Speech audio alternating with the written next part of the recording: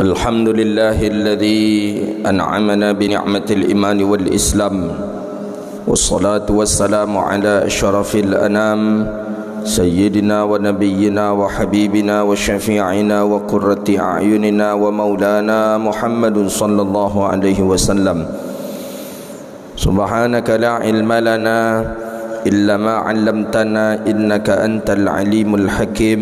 ربي يسر ولا تعسر يا ربي تمم بخير.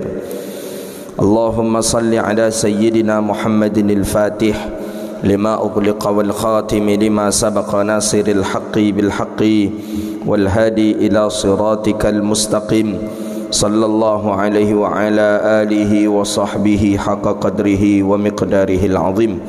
اللهم بك أصبحنا وبك نحيا وبك نموت وإليك النشور.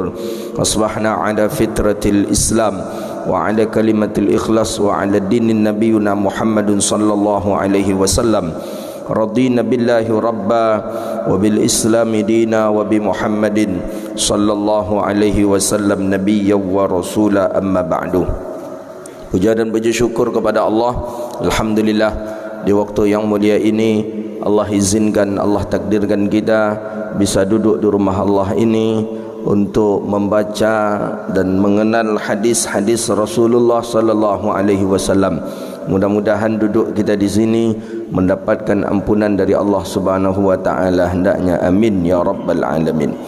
Salawat dan salam ke Nabi yang agung, Nabi yang mulia, Sayyidina Rasulullah Muhammadun sallallahu alaihi wasallam.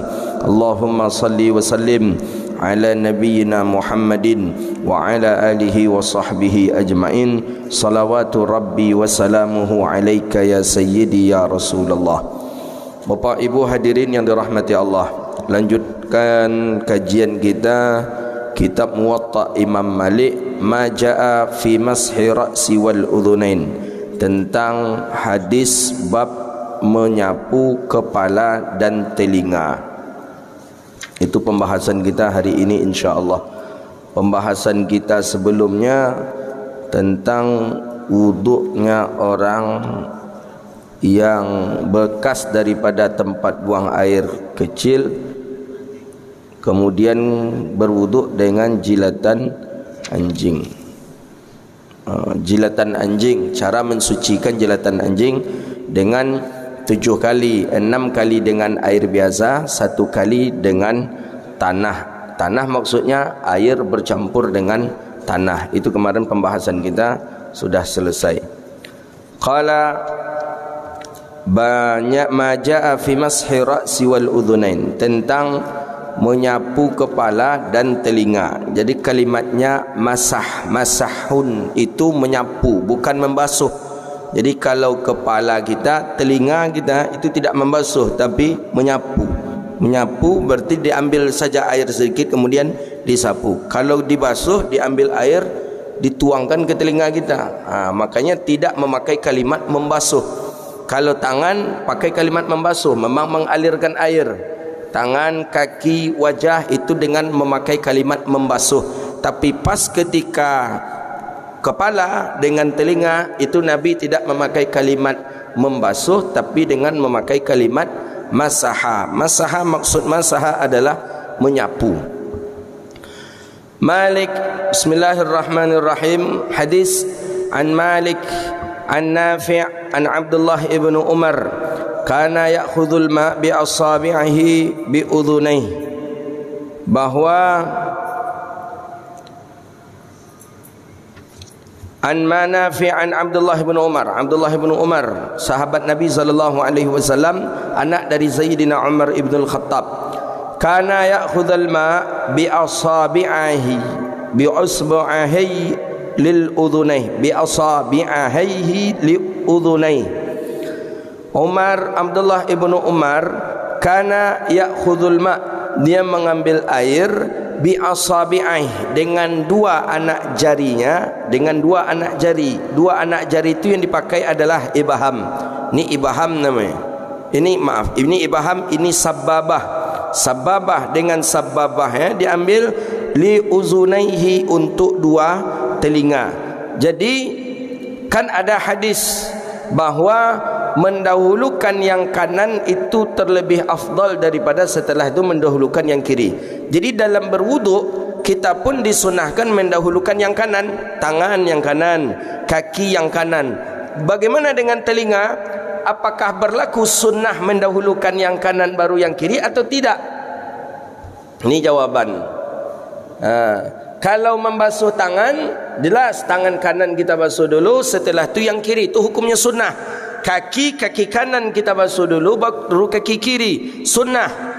Masuk masjid, langkahkan kaki kanan dulu, baru kaki kiri. Maksudnya pastikan kaki kanan pertama kali yang masuk ke masjid, baru kaki kiri. Keluar dari masjid, pastikan kaki kiri dulu di luar, baru kita angkat kaki kanan. Memaksang baju, kita pasang dari yang kanan baru yang kiri. Membuka baju yang kiri baru yang kanan. Sekarang bagaimana dengan adanya kanan dan kiri? Maka berlaku kesunahan mendahulu yang kanan dengan yang kiri. Bagaimana kira-kira dengan telinga? Apakah juga berlaku hukum sama? Ketika membasuh telinga itu yang kanan dulu baru yang kiri, atau tidak berlaku kesunahan itu? Justru sunahnya langsung saja sekali dua. Bagaimana dia? Kira-kira apa yang sunnah? Tetap berlaku yang kanan ke yang kiri atau sekali dua langsung? Ada khilafiyah nampaknya. Khilafiyah Majlisil Ulama An-Nur. Ada mengatakan tetap berlaku sunnah yang kanan baru yang kiri. Karena Nabi mengatakan, apa kata Rasulullah? Inni uhibbut tayammuna. Aku paling mencintai yang kanan, kata Rasulullah. Maka apa-apapun Nabi memulai dengan yang kanan. Berarti kalau memulai dengan yang kanan, ada yang kiri berarti. Baru Nabi mulai yang kanan. Sekarang bagaimana dengan kasus telinga? Apakah berlaku sama? Di sini dia. Jadi kata Abdullah ibnu Umar radhiyallahu ta'ala an, hadisnya sahih.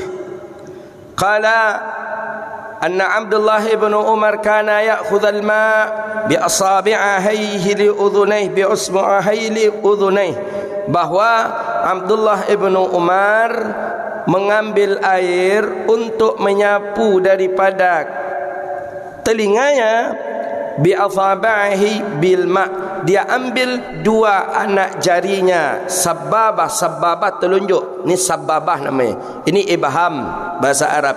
Ini sababah inilah yang bersaksi. Makanya kita dianjurkan dalam fikih itu, dianjurkan seseorang mengangkat sababah. Sababah itu maksudnya daripada telunjuk ketika illallah, ketika kita tasyahud. At-tahiyyatul mubarakatus salawatut thayyibatu lillah. Assalamu alayka ayyuhan nabiyyu wa rahmatullahi wa barakatuh. Assalamu alayna wa ala ibadillahi salihin. Ashhadu an la ilaha illallah. Ketika illallah dianjurkan mengangkat sababah. Tengok dalam bahasa fikih, yang sababah itu maksudnya ini, bukan ini. Ini lain lagi. Sababah diangkat tu. Wa ashhadu anna Muhammadar Rasulullah wa imalatiha. Dan ketika membaca ashhadu anna Muhammadar Rasulullah wa imalatiha, dianjurkan sedikit dia agak mereng dan mata memandang ke telunjuk. Itu menurut mazhab Syafi'i. At-tahiyyatul mubarakatuh salawatut thayyibatu lillah. Assalamu alayka ayyuhan nabiyyu wa rahmatullahi wa barakatuh. Assalamu alayna wa ala ibadillahi salihin. Ashhadu an la ilaha illallah wa ashhadu anna Muhammadar Rasulullah. Imalatiha, imalatu sedikit dierengkannya. Wa ashhadu anna Muhammadar Rasulullah. Allahumma salli ala. Begitu dia sababah. Dalam mazhab Syafi'i tak ada gerak-gerak apa? Tak ada. Kalau ada orang mengaku saya mazhab saya Syafi'i tapi saya bergerak-geraknya, itu Syafi'i kahwin. Banyak pula orang sekarang ngaku Syafi'i kahwin. Mazhab Syafi'i tak ada geraknya sekali saja, sebagaimana hadis di dalam hadis riwayat Imam Tirmizi. Ya, Nabi SAW menggerakkan jari pas illallah biduni istimrar, tidak istimrar, tidak. Tidak seperti istimrar, tidak ke kiri ke kanan, tidak ke atas ke bawah. Apalagi dulu mana-mana merdeka bagi.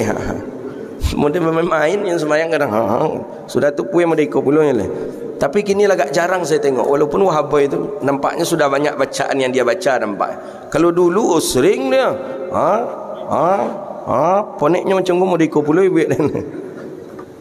Sekarang dah jarang. Dulu awal-awal mereka kajian mereka sering saya perhatikan jemaah mereka. Kini tak lah. Betul lah mulai suan suca dia lah kan. Qala Syafi'i, apa kata Imam Syafi'i? Yamsahani bi salasatil miyahil jadid. Keduanya dipakai dengan air yang baru atau bekas daripada air yang ada di atas kepala. Kan daripada rukun wuduk kan, bahawa seseorang itu menyapu, membasuh wajah, membasuh kedua tangan dan menyapu kepala bima'in jadidin, dan kemudian telinga dengan air yang baru dalam mazhab Syafi'i. Jadi dalam mazhab Syafi'i makruh hukumnya menyatukan dari kepala langsung ke telinga. Telinga ini dibasuh bima'in jadid, disapu dengan air yang baru. Jadi ambil air satu untuk kepala, kepala 2, ambil satu lagi kepala 3. Untuk telinga mazhab Syafi'i bima'in jadid, diambil lagi air untuk telinga. Itu dengan mazhab Syafi'i. Itu mazhab Syafi'i. Yamsahani bi salasatil miyahil jadid, 3 kali Syafi'i. Diambil air lepas 3 kali. Wa dhahaba aktsaruhum ila annahuma min ar-ra'si wa yamsahani ma'ah. Tapi sebagian pendapat seperti Imam Abi Hanifah, Imam Malik dan Imam Ahmad bahawa menyapu telinga itu air langsung daripada kepala. Makanya dalam mazhabnya Imam Maliki menyapu kepala itu seluruh kepala. Maka ada ba di sana itu kan, dekat dalam ayat itu. Apa dalam ayat itu? Idza kumtum ila shalah faghsilu wujuhakum, basuh wajahmu, wa aydiyakum ilal marafiq, tangan sampai ke siku, wamsahu biruusikum, ada kalimat ba, wamsahu biruusikum, dan sapulah ba kepalamu. Ba itu, ba kalimat ba itu banyak makna di dalamnya. Mazhab Syafi'i mengatakan ba itu ba lil ajza atau ba lit tab'id, sebagian saja boleh. Mazhabnya Imam Hanafi ba lit tab'id, separuh. Anis, makna anis setengah. Mazhabnya Imam Maliki ba tu maksud ba lil ilsaq. Maka perhatikan orang-orang mazhab Maliki, Sudan, Jazair, Tunisia, Maroko, kalau berwuduk memang basah rambutnya. Karena menurut dia ba kalimat biruusikum, kan ada ba tu, biruusikum itu memang mengambil air kemudian mengusapkan air itu ke kepala semuanya. Memang basah kepala. Makanya salah satu dalam mazhab kita Syafi'i yang sunnah tapi wajib menurut mazhabnya imam yang lain, salah satunya adalah menyapu sebagian kepala. Dalam mazhab Syafi'i itu sunnah dia membasuh seluruh kepala tu, menyapu ke seluruh kepala. Dalam mazhab Syafi'i hukumnya sunnah, tapi dalam mazhab Maliki hukumnya wajib. Jadi kalau kita ke Makkah, saya ajarkan jemaah haji, jemaah umrah, kalau di Makkah tinggal menambah 2 rukun wuduk saja. Kalau bersentuhan dengan perempuan tak apa-apa, kita laki-laki, perempuan dengan laki-laki pun tak apa-apa, karena kita sudah beramal seperti amalannya mazhabnya Imam Maliki. Tapi kalau kita berwuduk seperti wuduk mazhab Syafi'i, kepala sedikit saja, tangan sekedar basuh saja, bersentuhan kita dengan laki-laki atau perempuan yang ajnabi yang halal menikah, wuduk kita batal. Lah kok batal Ustaz? Karena menurut mazhab Syafi'i bersentuhan kulit laki-laki dengan perempuan yang ajnabi yang halal menikah batal. Itu kan darurat Ustaz. Tak bisa langsung darurat. Ada sebagian mengatakan itu darurat dimaafkan. Tak, itu belum darurat. Masih ada solusi cara agar kita berwuduk dengan cara yang lain sehingga wuduk kita tak batal ketika kita bersentuhan dengan orang yang ajnabi atau yang halal menikah. Apa solusinya? Amalkan mazhab Maliki dalam berwuduk. Dalam mazhab Maliki batal tak wuduk laki-laki dengan perempuan yang ajnabi yang halal menikah? Tak batal. Kita dengan isteri kita dalam mazhab Maliki tak batal. Kita dengan perempuan-perempuan yang lain tak batal dengan tidak ada syahwat. Tapi syaratnya berwuduk dengan wuduk mazhabnya Imam Maliki. Maka saya ajarkan jamaah haji, jamaah umrah itu, ketika kita manasik kita ajarkan, kalau bisa Bapak Ibu ketika di Makkah, ketika di Madinah, pakailah wuduk mazhabnya Maliki. Ustaz, awak ke Syafi'i ma Ustaz? Kalau awak pakai mazhab Syafi'i, tidak salah, saya tawaf bekoro, baru nak memutar tawaf lah tersinggung pula orang Pedusi, ambil uduk loh, jauh. Bekau ulang pula balik seputar tawaf bersentuh, ambil pula wuduk lagi. Jadi solusi ada, ambil mazhabnya Imam Maliki. Tapi tak bisa kita asal-asal ambil saja, mesti harus mengetahui rukun wuduk mazhabnya Imam Maliki. Kalau kita ambil-ambil saja, itu namanya talfiq, hukumnya haram. Umpama kita wuduk dengan wuduk mazhab Syafi'i di hotel. Mazhab Syafi'i kan biasa saja, mengalirkan air, tidak harus digusuk. Alirkan air, menggusuk tu sunnah dalam mazhab Syafi'i. Ambil rambut sedikit, telinga, kaki. Dah, setelah itu kita pergi jalan. Jalan masih terjaga, insya-Allah masih aman, tak bersentuhan dengan laki-laki atau perempuan yang ajnabi. Aman. Pas kita nak masuk Masjidil Haram padat itu, sesaat. Pas masuk Masjidil Haram, bersentuhan kita dengan perempuan. Langsung kita mengatakan, udahlah, saya ikut mazhab Maliki sajalah. Itu yang tak boleh. Itu namanya talfiq. Talfiq, mencari-cari kemudahan dalam mazhab, hukumnya haram. Faham kira-kira beda ya? Wuduk dengan wuduk Syafi'i, tapi bertaklid dengan taklid mazhabnya Imam Maliki. Ini namanya talfiq, tak boleh, haram. Yang boleh itu macam mana? Wuduklah dengan wuduk mazhabnya Maliki. Batalkan wuduknya mazhabnya Maliki. Jadi ketika di hotel, wuduk mazhab Maliki. Mana mazhab Maliki? Ada 3 yang menjadi kewajiban dalam mazhab Maliki.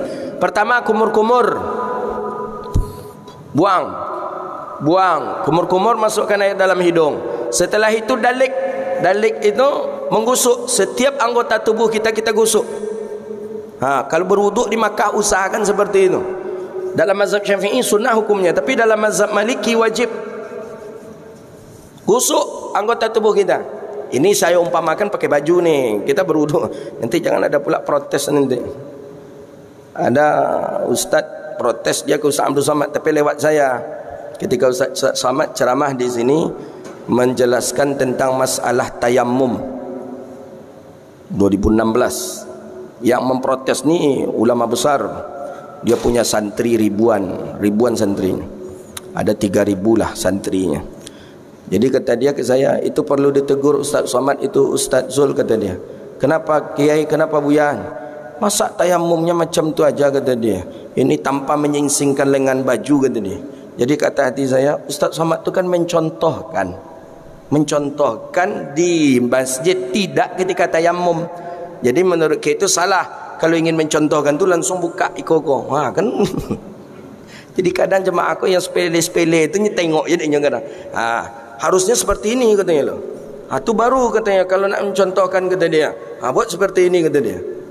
Tu baru ambil temu. Itu baru mengajarkan kepada jemaah, kata dia. Kalau kita tutup seperti ini, seolah-olah kita memberikan pemahaman ke jemaah boleh berarti menyapu tangan di atas baju. Faham kira-kira?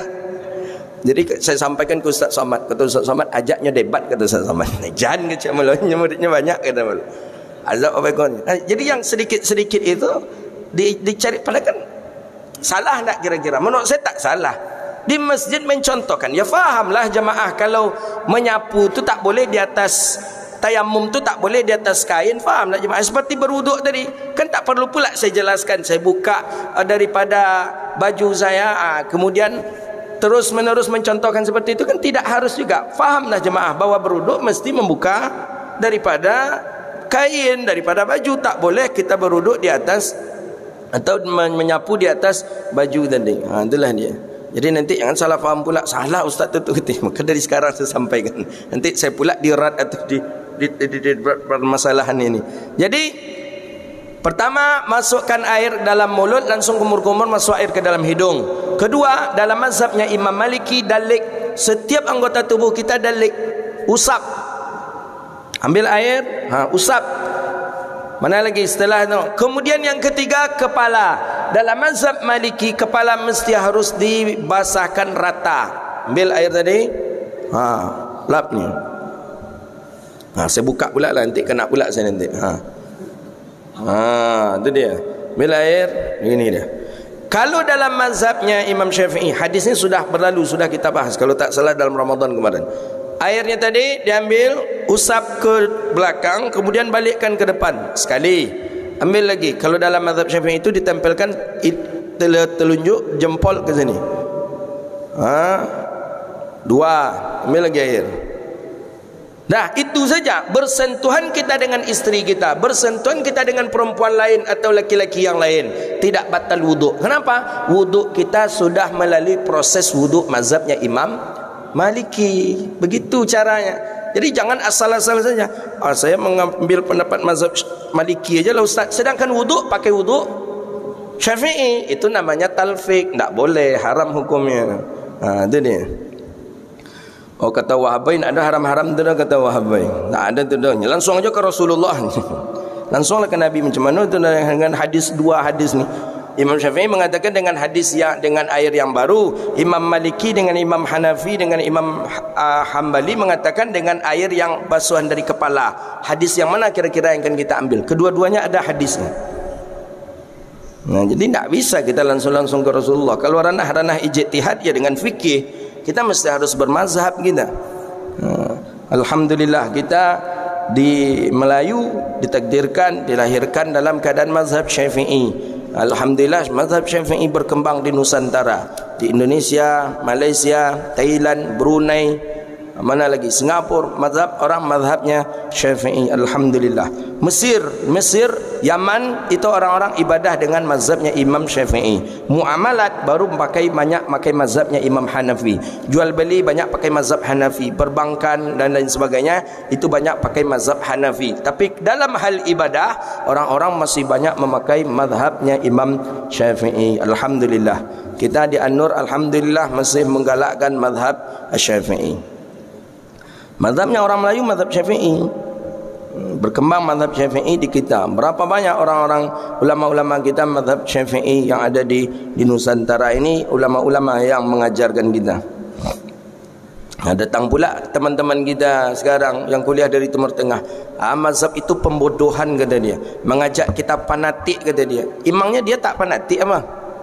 Fanatik ni. Lebih parah lagi fanatiknya. Kalau hadis tu belum disahihkan oleh Albani, menurut kami hadis tu belum sahih. Imamnya Syekh Albani tu siapa? Tukang jam Syekh Albani itu, tanya akhi. Buka biografi Syekh Albani itu kalau tak percaya. Tukang jam memperbaiki jam di depan pustaka. Kalau saya bahas semua itu disertasi saya. Tukang jam membolo jam ni Ada jam orang rusak, akhirnya bolo dah tak. Jam rusak, bolo tak. Perbaiki. Habis kau nak ada dah, perginya ke pustaka, duduk di pustaka, lama di pustaka, ambil sahih Muslim, ambil sahih Bukhari, ambil Sunan Tirmizi, ambil Sunan Abi Daud. Menurut Imam Tirmizi hadis kau dhaif. Menurut Imam Abi Daud hadis kau sahih. Ada buat pula cek kitab namanya Silsilah Sahihah, silsilah hadis-hadis sahih, silsilah dhaifah. Pandailah macam itu dunia. Siapalah nak pandai, banyak ulama pandai macam ni. Bukan seperti itu kalau ulama. Tengok kenapa Imam Bukhari mensahihkan. Oh, rupanya rijalnya thiqah. Tengok kenapa ini. Makanya ulama yang cerdas seperti Syekhuna Sa'id Mamduh rahimahullah mengulang kembali, dipelajari kitab-kitabnya Syekh Albani ini. Ternyata memang Syekh Albani ini tidak begitu dalam memahami hadis Rasulullah, sehingga ada yang dalam satu sisi hadis tu sahih, di sisi yang lain hadis tu beliau dhaifkan. Makanya Syekh Hasan Saqaf mengarang kitab namanya Tanaqudil Albani fi Ahadits Sihah wal Ghilah. Kesalahannya Albani dalam taraddud. Taraddud itu berbolak-balik. Dalam kitab kunya sebut hadis tu sahih, dalam kitab yang lain beliau sebut hadis tu dhaif. Padahal beliau juga menulis, itu tanda beliau tidak faham. Itu kata para ulama termasuk Syekh Hasan Saqaf. Itulah ni. Teman, beliau ulama orang saleh, duduk di majlis, duduk di perpustakaan, kemudian belajar sendiri otodidak tadi. Lebih parah fanatiknya Wahabi lagi. Kalau hadis tu tak disahihkan Albani, dia belum menerima hadis itu. Mesti harus ada di belakangnya hadisun sahihun Albani. Banyak lagi yang lebih cerdas dari Syekh Albani itu. Imam Ibn Hajar Al-Asqalani ada, Imam Suyuti ada yang hafal 200,000 hadis sahih. Masih ada lagi Imam Ibn Hibban, Imam Ibn Khuzaimah, Imam banyak para ulama pensahih daripada hadis Rasulullah sallallahu alaihi wasallam. Dia marah ke kita karena kita terlampau fanatik mazhab. Mereka lebih parah lagi fanatiknya. Dia melarang kita untuk haul. Mereka juga buat mengingat wafatnya Syekh Husaimin umpamanya. Apa tu acaranya kemarin itu? Ya, sama saja haul gitu juga. Maka oleh karena itu, hidupkan lampu awak jangan padaman lampu orang. Sampai engkau orang tu macam tu. Hidupkan, silakan saja. Kalau kalian nak mengamalkan agama kalian, silakan saja. Tapi jangan sampai menghujat orang-orang yang lain. Ini sampai mengkafirkan orang yang lain. Orang yang tak berziarah kubur, orang yang ziarah kubur itu lebih bertauhid Abi Jahal, Abi Lahab dibandingkan orang yang berziarah kubur. Tengoklah kitab mereka ini. Jadi lebih bertauhid Abu Jahal, Abu Lahab dibandingkan kita yang sering ziarah kubur ini. Kan parah itu agamanya. Parah pemahaman ini. Wa akhadhal ma famasa bi ra'si. Jadi yang tiga tadi jangan tinggalkan kalau kita ingin musafir atau seperti ke Makkah Madinah. Tapi yang tiga itu dalam mazhab Syafi'i hukumnya sunnah, bagus juga untuk kita amalkan dalam sehari-hari. Ketika berwuduk kumur-kumur masukkan air ke hidung. Ketika berwuduk basuh tangan dengan cara menggusuk, basuh wajah dengan cara menggusuk. Itu hukumnya sunnah dalam mazhab Syafi'i, tapi wajib dalam mazhabnya Imam Maliki rahimahullah. Wa qaruya anhu sallallahu alaihi wasallam, dan diriwayatkan daripada Nabi sallallahu alaihi wasallam, al-adhanani minar ra'si, dua telinga itu bagian dari kepala. Maka ketika menyapu kepala langsung dengan menyapu telinga menurut riwayat hadis ini. Sedangkan menurut mazhab yang lain bagaimana? Dalam sifat wudu' alaihi salatu wassalam, thumma masaha ra'sahu wa udhunai zahirahuma wa batinahuma, Nabi sekaligus membasuh menyapu dua telinga, zahir keduanya, batin keduanya. Zahir ni di luar, di luar ni zahir, batin di dalam. Maka dalam riwayat Nabi meletakkan meletakkan telunjuk di dalam, jempol di luar, sehingga diputar dari bawah ke atas. Begitu dia. Bima'in jadidin dalam mazhab Syafi'i, dengan air yang baru. Jadi jawaban pertanyaan tadi, apakah kanan dan kiri itu juga berlaku untuk telinga? Ternyata tidak. Untuk telinga langsung saja dengan keduanya, tanpa mendahulukan yang kanan baru yang kiri.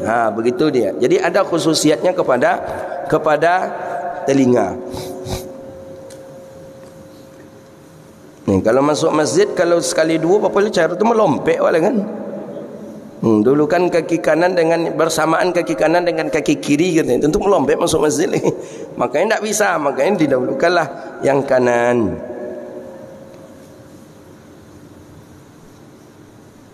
Lakinna yamsah udhunain bisababataini faqat. Kalau Sayyidina Umar tadi, Abdullah ibnu Umar tadi, menyapu dua telinga itu dengan sababataini, dengan dua saja. Berarti Sayyidina Umar dengan itu saja, tanpa menggunakan ibhamih, tanpa menggunakan daripada ibham. Jadi dua telinga ini saja. Begitu. Kana ya'idu asabi'an fil ma yamsah bihiman udhunai. Diulang balik. Ulang balik, ambil air lagi, diulang balik. Wa akhadha bima'in jadid wa qassahan dzalika Ibnu Umar radhiyallahu anhu. Bagaimana hukum sebenarnya menyapu telinga? Wajib atau sunnah? Kalau menyapu kepala jelas hukumnya wajib. Sekarang menyapu telinga, bagaimana sebenarnya hukumnya? Sunnah kan menyapu telinga ni atau hukumnya wajib? Waqtalafa al-ulama aidan fi hukmi hadzal masih. Berbeda pendapat ulama tentang hukum menyapu telinga. Fal jumhur minal ulama wal a'immati thalathah qalu bi'adamil wujub. Menurut jumhur ulama, jumhur ni mayoritas ulama, wal a'immatu thalatha, dan imam yang tiga. Mana imam yang tiga? Syafi'i, Maliki, Hanafi. Qalu, mereka berpendapat, ulama yang tiga dengan mayoritas ulama, bi'adamil wujub, dengan tidak wajib. Maksudnya menyapu telinga hukumnya sunnah. Ada pendapat yang mengatakan wajib, ada. Mana dia? Wa qala al-imam al-Ahmad wa Ishaq biwujub kama fi an-Nail. sebutkan di dalam kitab An-Nail, disebutkan Nailul Autar. Qala al-Imam Ahmad, pendapat Imam Ahmad Ibn al-Hambal, berarti mazhabnya Imam Hambali, dan pendapat Imam Abi Ishaq biwujub dengan wajib. Jadi Imam Hambali, orang-orang mazhab Hambali, wajib dia menyapu telinga. Kalau kita menyapu telinga hukumnya sunnah. Tapi walaupun sunnah, makruh kita untuk meninggalkan. Kalau kita sudah bermudawamah, selalu membiasakan setiap berwuduk kita sapu telinga, dan kemudian kita sengaja meninggalkannya, hukumnya makruh. Sama halnya dengan solat tahajud. Sebagian ulama berpendapat tahajud setiap hari itu juga tak elok, kata dia. Mesti ada kita putuskan salah satu malamnya, atau sekedar kita kurangkan saja jumlah bilangan rakaatnya. Biasanya kita tahajud 8 rakaat 3 witir, 8 rakaat 3 witir, 8 rakaat 3 witir. Sekali-kali buat tahajud itu 2 rakaat 1 witir. Begitu. Supaya apa? Supaya tidak menjadi suatu beban yang wajib terhadap diri kita. Ada sebagian ulama berpendapat seperti itu. Ada sebagian mengatakan itu berlakunya untuk Rasulullah, bukan untuk umatnya. Kalau Rasulullah memang khawatir itu nanti diwajibkan, sedangkan pada umat Nabi Muhammad sallallahu alaihi wasallam dianjurkan untuk istimrar, terus menerus, rutin kalau bisa. Tapi juga tetap ada ulama mengatakan harus ada yang kita rahahkan salah satu. Ya mungkin dalam sebulan tu sekali, tak apa-apa. Ya dalam sebulan tu sekali, umpamanya yang terbuat 2 rakaat, ya mungkin para kali ngantuk, mungkin kan ngopi dengan kawan malam, atau buat 2 rakaat saja tahajud, 1 witir cukup, tidak apa-apa. Mendapatkan pahala, dapat pahala. Sama pahala dengan pahala sebelum-sebelumnya, sama, karena situasi kita yang tidak mengizinkan kita melakukan seperti yang sebelumnya, tapi keinginan kita ada. Fal jumhur minal ulama, jadi menurut jumhur, mayoritas dari kalangan ulama dan imam yang 3 Syafi'i, Maliki, Hanafi, itu tidak wajib menyapu telinga. Sedangkan menurut Imam Ahmad Ibn al-Hambal, mazhabnya Imam Hambali, itu wajib. Wal wajhu annahu la yustahabul 'inda al-imam radhiyallahu anhu qala fil mukhtasar la tundabul itat al-ghan. Jadi bagaimana dengan hukumnya sekarang? Membasuh telinga sudah. Bagaimana dengan menyapu rukubah? Rukubah tengkuk. Kan ada nampak orang kita berwuduk itu, langsung wajah kepala, langsung ke telinga, langsung dia sambung ke rukubah, tengkuk. Bagaimana sebenarnya hukum menyapu tengkuk ini? Tengkuk apa ngah? Bahasa kitanya kuduk lah kaya. Kalau bahasa Indonesia apa? Tengkuk. Tengkuk. Tengkuk. Bagaimana hukum menyapu daripada tengkuk kita ini?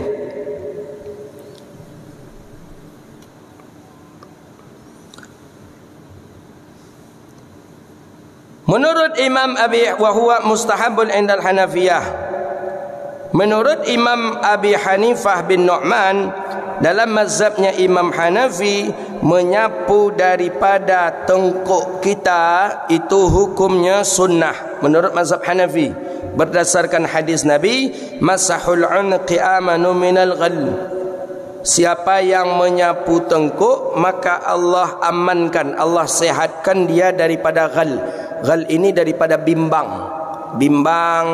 was-was, Allah selamatkan. Jadi kalau orang yang selalu menyapu bagian tengkuknya ini, maka Allah hilangkan was-was, Allah hilangkan bimbang di dalam dirinya. Itu berdasarkan hadis Imam Ad-Dailami. Bagaimana menurutnya Imam Asy-Syafi'i dan Imam Maliki? Wa min dzalika qaulul Maliki wa Syafi'i anna massa safhatul 'unuq bil ma'i laysa bi sunnatin. Menurut mazhabnya Imam Syafi'i, menurut mazhabnya Imam Maliki, bahwa menyapu tengkuk itu tidak disunnahkan dalam mazhab Syafi'i ini.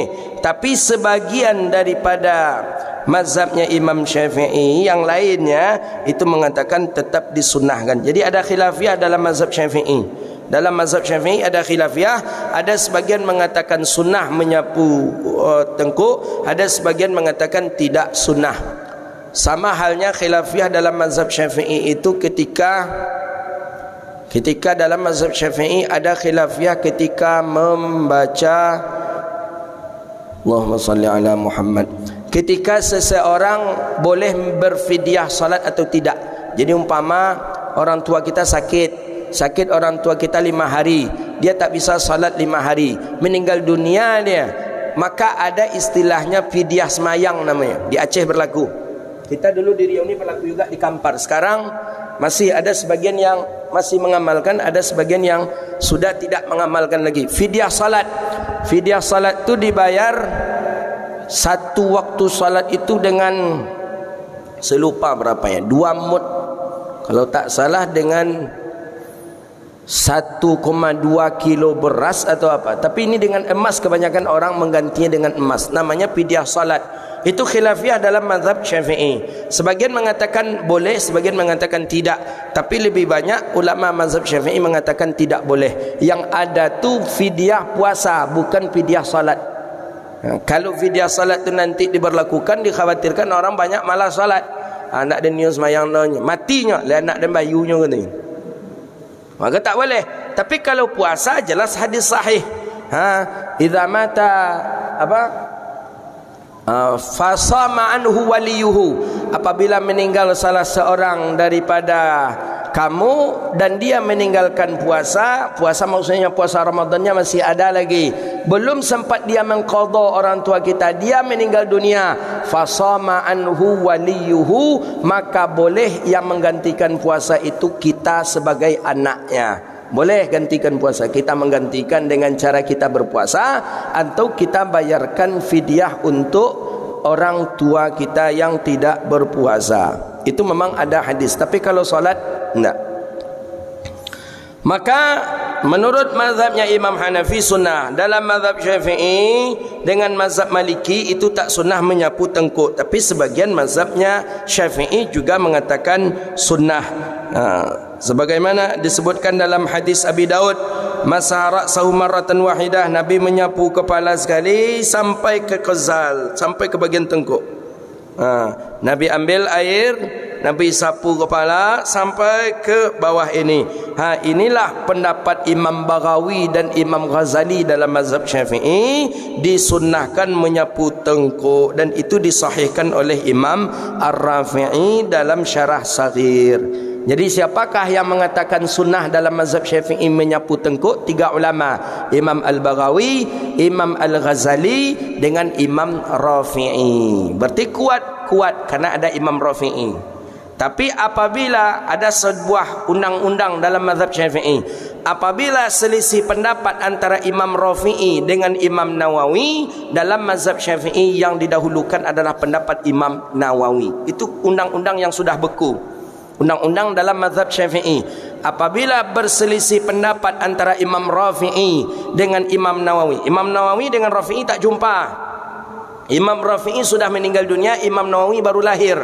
Tapi Imam Nawawi banyak mengulas kembali kitabnya Imam Rafi'i. Ini sama-sama ulama besar ni dalam mazhab Syafi'i. Imam Rafi'i satu, Imam Nawawi satu. Tapi ada kaedah, apabila bertentangan antara Imam Rafi'i dengan Imam Nawawi, maka yang didahulukan adalah pendapatnya Imam Nawawi. Itu satu undang-undang itu. Undang-undang dalam mazhab Syafi'i. Tak sama. Imam Rafi'i sudah meninggal dunia, baru lahir Imam Nawawi. Imam Nawawi tak jumpa dengan Imam Rafi'i. Utsaimin jauh baru-baru kor Imam Utsaimin. Ustaz Saleh Hadrami aja jumpa dengan Syekh Utsaimin. Kalau Imam Nawawi kurun ke-7 Hijriah, 700-an Hijriah. Albani baru 98 tu meninggal berapa? 9 berapa ini? Lah hidup di zaman modern juga. Itulah. Maklumlah ada pesan. Ada apalah, ada misi lah, makanya berani mensahihkan, mendhaifkan hadis. Imam Ghazali ini di kurun yang ke-500 Hijriah. Imam Rafi'i di kurun 500 itu kan, 600 itu Imam Rafi'i. Setelah itu Imam Nawawi. Salah Imam Nawawi tak bisa belajar dengan Imam Rafi'i, sehingga kitab fikih yang ada ketika itu yang banyak dipakai oleh ulama-ulama besar itu karangannya Imam Rafi'i. Nama kitab itu Muharrar.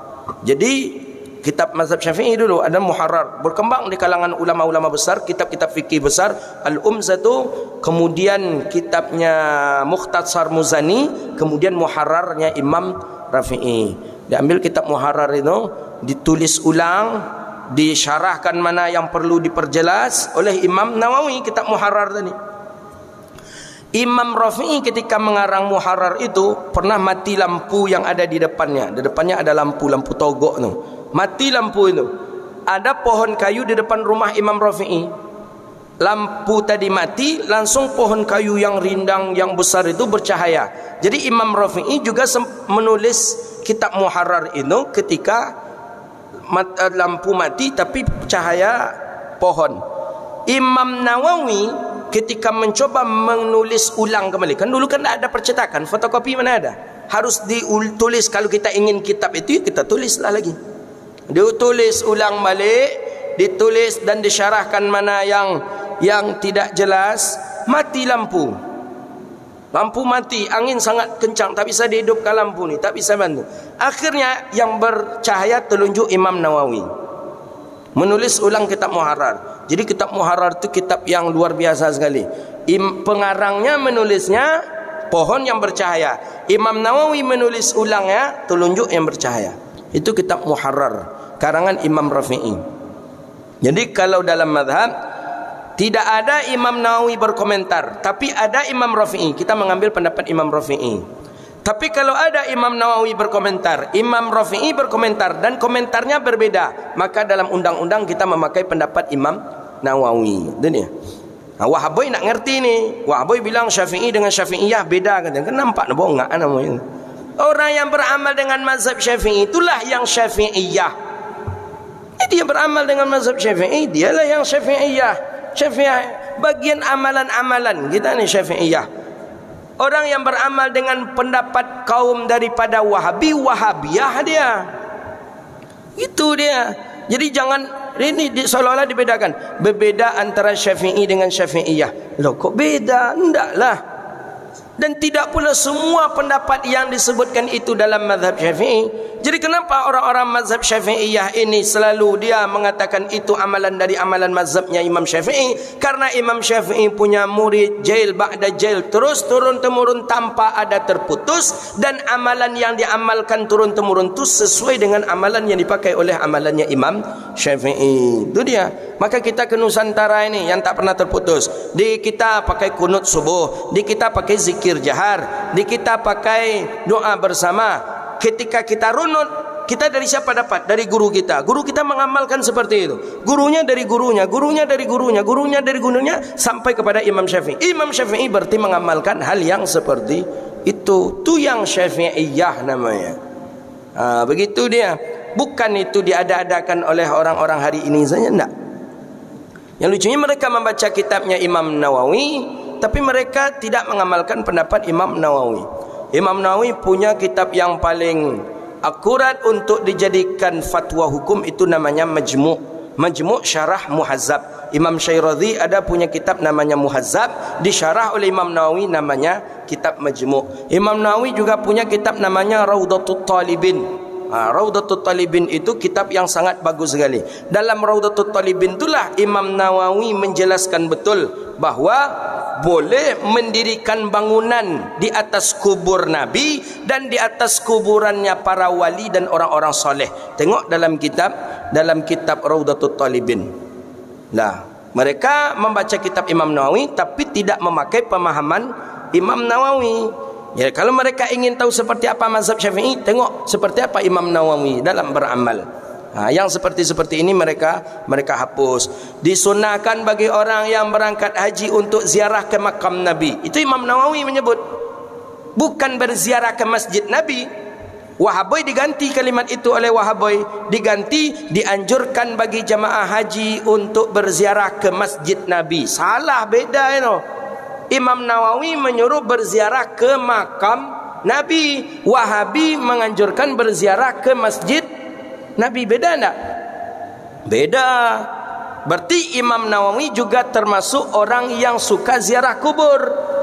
Menurut Wahabi tidak dianjurkan ziarah ke masjid Nabi, bukan ke kubur Nabi.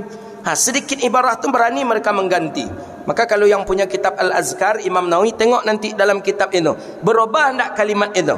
Kalau berubah, dalam Riyadhus Shalihin juga ada itu. Kitab saya alhamdulillah tak berubah, tapi ada kitab-kitab teman yang lain berubah. Dianjurkan berziarah ke masjid Nabi, bukan ke masjid Nabi Imam Nawawi menyuruh, tapi Imam Nawawi betul-betul menulis dianjurkan ziarah ke makam Nabi.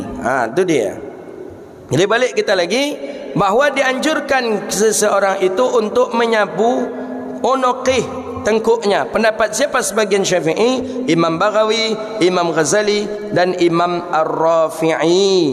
Dianjurkan untuk menyapu daripada tengkuknya. Jadi kita nak buat yang mana? Kita nak buat pendapat untuk menyapu kepala langsung ke tengkuk, silakan, ada pendapat membolehkan.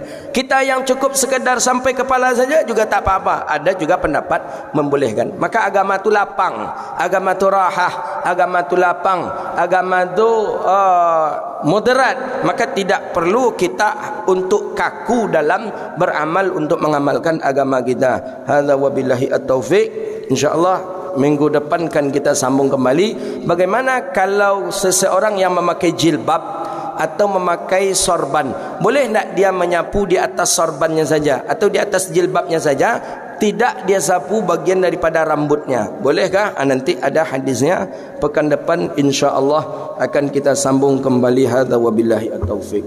Jam mati. Ada 3 minit lagi pertanyaan, silakan. Silakan. Assalamualaikum warahmatullahi wabarakatuh.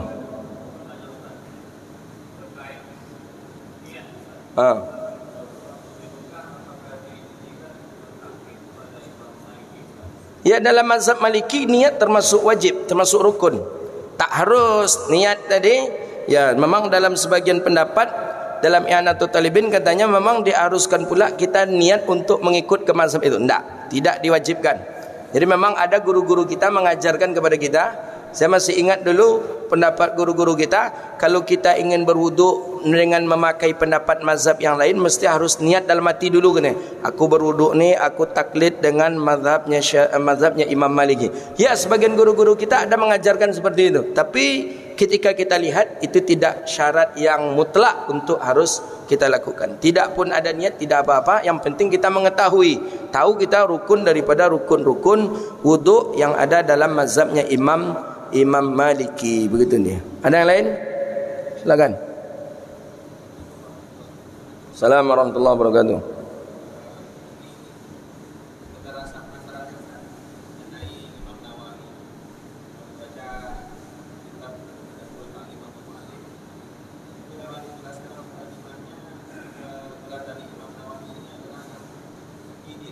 Ya.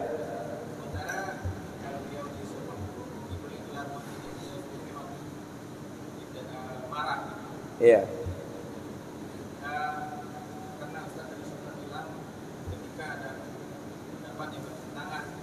Syafi'i, Rafi'i lebih dahulu, lebih senior.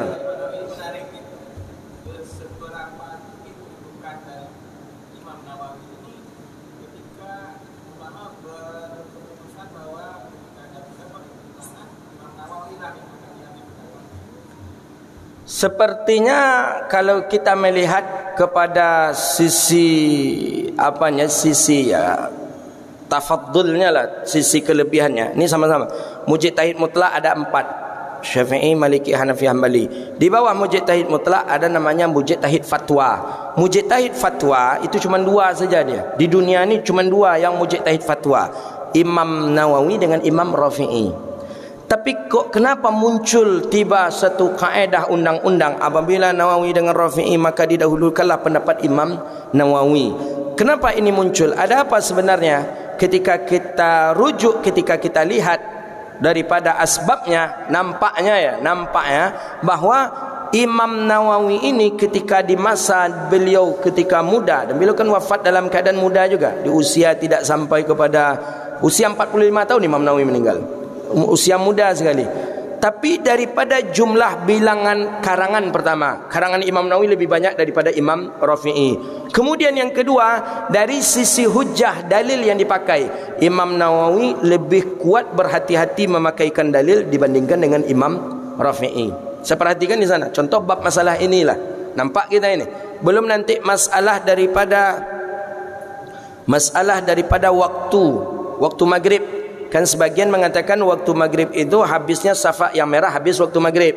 Timbul syafaq merah, habis syafaq merah, timbul syafaq merah ya, habis waktu maghrib, masuk daripada waktu isya. Ada sebagian mengatakan waktu maghrib itu salat dengan 5 rakaat.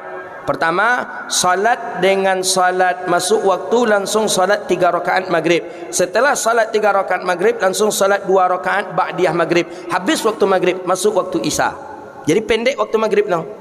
Kedua-dua ni ada hadisnya ni. Masuk waktu maghrib langsung salat 3 rakaat. Habis 3 rakaat tanpa pakai zikir, tanpa pakai doa, langsung salat 2 rakaat. 2 rakaat tu salat sunat ba'diyah. Habis waktu maghrib. Ada pendapat ini kedua ni. Jadi dari sisi menggunakan dalil, dari sisi memakaikan dalil, Imam Nawawi agak lebih berhati-hati untuk menggunakan dalil. Begitu dia. Makanya didahulukan Nawawi daripada Rafi'i.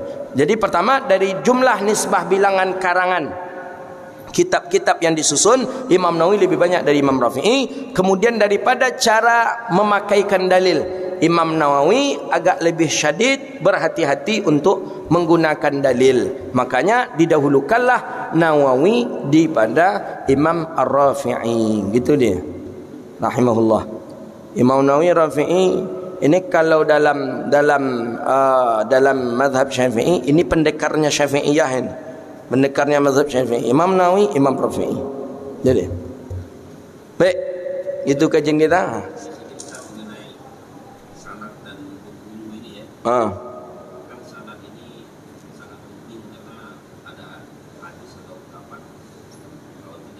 Laulal isnad akan berbicara sekehendaknya saja. Ya, man la syaikha fa syaitanu syaikhuhu.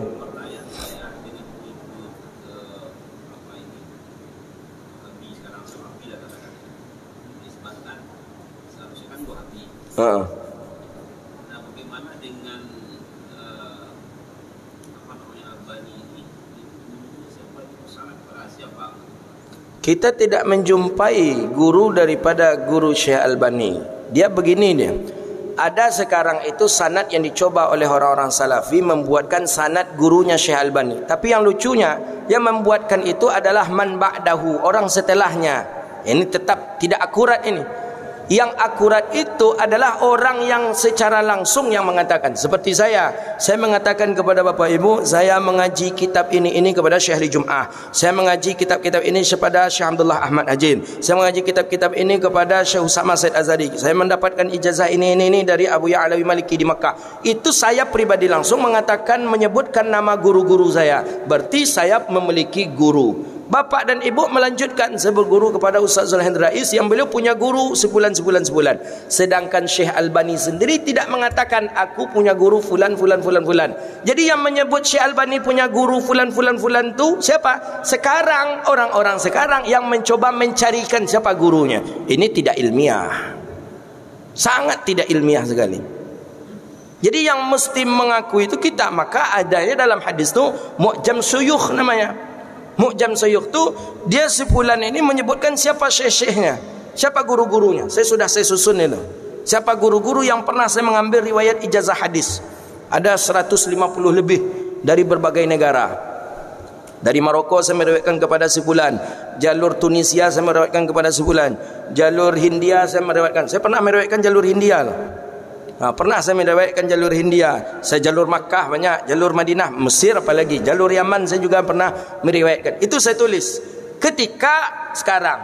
Jadi nanti ada orang mengatakan, Ustaz Zulhendri itu otodidak itu, tak ada gurunya. Ini jawaban. Saya punya guru loh. Syekh Albani tak pernah menyebutkan aku berguru dengan fulan, tak pernah. Aku berguru dengan Zanu, tak pernah. Aku berguru dengan Zanu, tak pernah. Tapi karena bergejolaknya hari ini tuduhan bahawa Syekh Albani tak punya guru, wahabai-wahabai kini sibuk mencarikan siapa Syekh guru Syekh Albani. Kira-kira ilmiah tak? Tidak ilmiah. Itu dia. Jadi dipaksakan. Jadi kalau guru itu dari sekarang. Buktinya mana? Ini ijazah sanad saya. Seperti bapak-bapak yang dapat riwayat hadis musalsal dari saya. Itu tanda ada bukti. Oh, saya pernah loh. Saya bukan sekedar ngaku-ngaku saja. Ini riwayatnya. Ini hadis yang pernah saya riwayatkan. Ini buktinya. Dia tak bisa membuktikan. Apa buktinya? Maka itulah kata para ulama, kalau tidak ada sanad maka orang akan berbicara sekehendak dengan keinginannya saja. Ini jadinya. Ini jadinya fitnah ini. Begitu dia. Panjang masalah ini. InsyaAllah lain waktu akan kita bahas insyaAllah. Subhanakallahumma wa bihamdika asyhadu an la ilaha illa anta astaghfiruka wa natubu ilaih. Rabbana zalamna anfusana wa illam taghfir lana wa tarhamna lanakunanna minal khasirin. Allahumma barik lana fi auladina wa dhurriyyatina wahfazhum wa la tadurruhum waffiqna wa fiqhum li ta'atik warzuqna birrahum bi rahmatika ya arhamar rahimin. Allahumma rabbana zalamna anfusana wa illam taghfir lana wa tarhamna lanakunanna minal khasirin. Rabbana atina fid dunya hasanah wa fil akhirati hasanah wa qina adzabannar. Wa sallallahu ala nabiyyina Muhammadin wa ala alihi wa sahbihi ajma'in. Subhana rabbika rabbil izzati amma yasifun wa salamun alal mursalin walhamdulillahi rabbil alamin. Demikian, mohon maaf bila taufiq. Assalamualaikum warahmatullahi wabarakatuh.